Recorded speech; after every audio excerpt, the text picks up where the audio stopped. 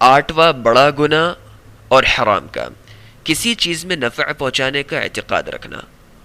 شرک کی ایک صورت یہ بھی ہے کہ انسان کسی بھی ایسی چیز میں نفع پہنچانے کا اعتقاد رکھے جس چیز میں اللہ تعالیٰ نے نفع پہنچانے کی قدرت نہیں رکھی، جس طرح کے بعض لوگ نجومیوں، کاہنوں، جادوگروں کے اشارے پر یا وراثت میں ملنے والے مشرکانہ عقیدے کی بنا پر شرکیہ تعویذ، گنڈوں، مختلف قسم کے منکوں، پتھر کے نگینوں، کوڑی اور دھات کے بنے ہوئے کڑے چھلے وغیرہ میں نفع پہنچانے کا اعتقاد رکھتے ہیں، اور اپنے گمان کے مطابق نظر بد سے بچنے کے لیے انہیں اپنے گلے میں لٹکاتے ہیں۔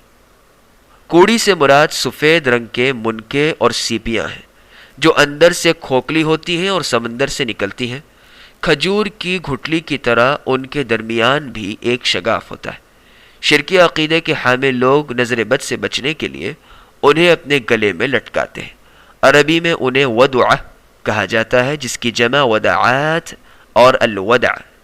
القاموس المحیط، الصحاح اور معجم الوسیط میں ان کے معنی دیکھے جا سکتے ہیں۔ رہا ان اشیاء کا گلوں میں، ہاتھوں پر یا جسم کے دیگر مقامات پر لٹکایا جانا، تو وائے افسوس آج یہ ساری شرکیہ چیزیں ہمارے مسلمانوں میں کس قدر زیادہ عام ہو چکی ہیں کہ کوئی ان کو شرک ماننے کے لیے بھی تیار نہیں۔ اللہ غارت کرے رافضیت اور جاہلانہ تصوف کو، جنہوں نے ان سارے شرکی عقائد کو جنم دیا۔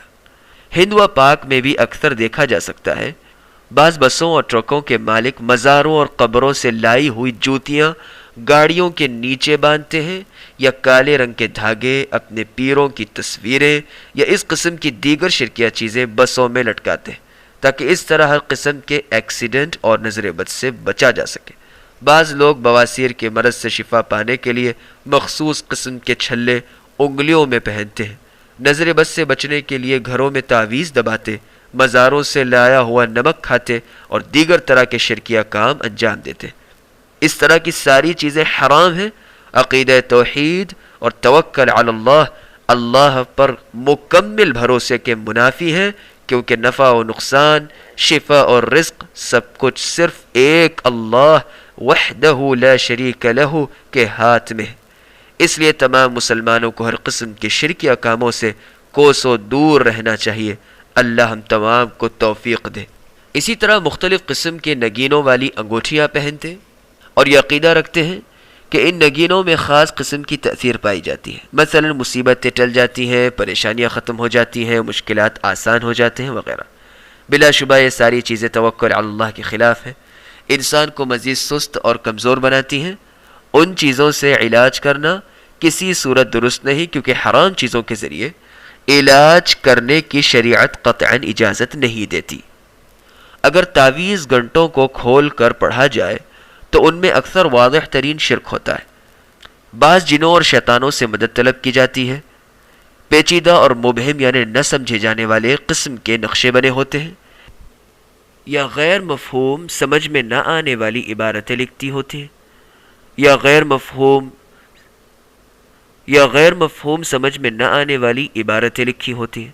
بعض شبدے باز مداری تو قرآنی آیات کو دیگر شرکیہ عبارتوں کے ساتھ ملا کر تعویذوں میں لکھتے ہیں، اور بعض ظالم تو تعویذوں میں قرآنی آیات کو گندگی یعنی پیشاب اور حیض کے خون سے لکھتے ہیں۔ انا للہ و انا الیہ راجعون۔ گزشتہ سطور میں بیان کی گئی تمام قسم کی چیزوں، منکوں، نگینوں، کوڑی، کڑے، چھلے، تعویذ، گنڈے لٹکانا یا اپنے جسم کے کسی بھی حصے پر باندھنا حرام ہے، اور اس کی دلیل نبی کریم صلی اللہ علیہ وسلم کا یہ فرمان ہے، من علق تمیمۃ فقد اشرک، جس نے تمیمہ یعنی تعویذ وغیرہ لٹکایا اس نے شرک کیا۔ اس حدیث کو مسند احمد میں امام احمد نے جلد 4 صفحہ 156 میں روایت کیا، اور دیکھیے شیخ البانی رحمہ اللہ کے سلسلہ الحدیث الصحیحہ حدیث نمبر 492۔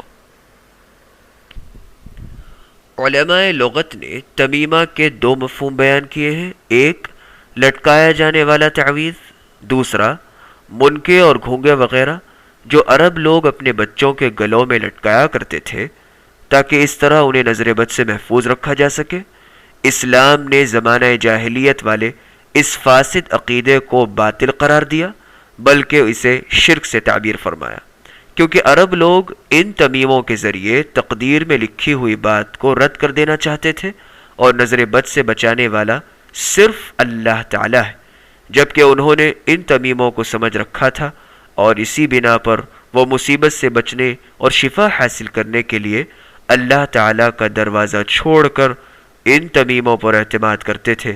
دیکھیے النہایہ فی غریب الحدیث لابن اثیر، مختار الصحاح للرازی، القاموس المحیط للفریز فیروز آبادی، المعجم الوسیط، المنجد عربی اردو، صفحہ 117۔ تعویذ وغیرہ لٹکانے والا اگر یہ عقیدہ رکھے کہ اللہ کے علاوہ یہ چیزیں بذات خود نفع و نقصان پہنچا سکتی ہیں تو وہ مشرک ہے، اس نے شرک اکبر کا ارتکاب کیا۔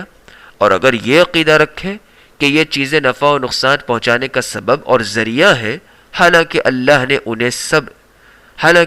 نے انہیں سبب نہیں بنایا، تو ایسا انسان بھی مشرک ہے، اس نے شرک اصغر کا ارتکاب کیا، اور یہ ذرائع و اسباب میں شرک کی ایک قسم ہے۔